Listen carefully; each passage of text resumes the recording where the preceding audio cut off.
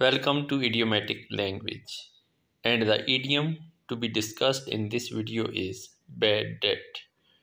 Bad debt means a debt, a loan that is not likely to be returned.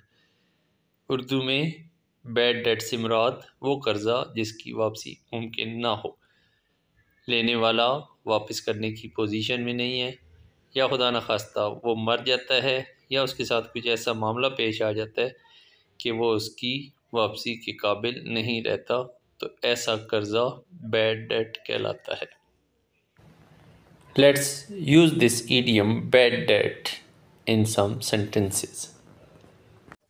Sentence number 1, being very poor, he will not return your amount, it is a bad debt now.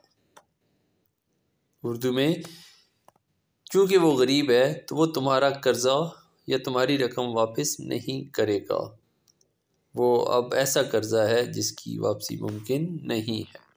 Sentence number 2, having too much bad debt can harm your credit score, you may lose trust of your investors.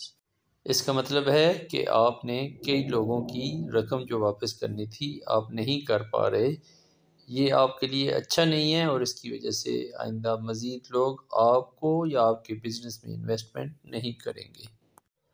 Sentence number 3, all the banks set aside a handsome amount to cover bad debts. Set aside पसंदाज कर देना, मुख्तस कर देना। All the bank set aside तमाम bank मखसूस कर देते हैं, मुख्तस कर देते हैं। अ हैंडसम अमाउंट एक मुनासिब रकम, टू कवर बैड डेट्स ताकि उन नुकसानात को कवर किया जा सके जो कर्ज़ा लेने वालों को दिए जाते हैं कर्ज़ा और वो वापस करने की पोजीशन में नहीं होते, तो उस चीज़ को कवर करने के लिए कुछ बैंक अपनी रकम अलग से रखते हैं ताकि बैड डेट की जगह वो रकम ऐड कर दी जाए। तो सेंटेंस बना, all the bank set aside. Set aside अलग रखना, तमाम बैंक मुख्तस करके रखते हैं, अलहदा रखते हैं। अ हैंडसम अमाउंट एक अच्छी खासी रकम, टू कवर बैड डेट्स ताकि उन कर्ज़ों की वजह से परेशानी न बने जिनकी वापसी मुमकिन नहीं है। Dear students, at this stage I would like you people to write 1 or 2 sentences in the comment sections and I will check those sentences for you.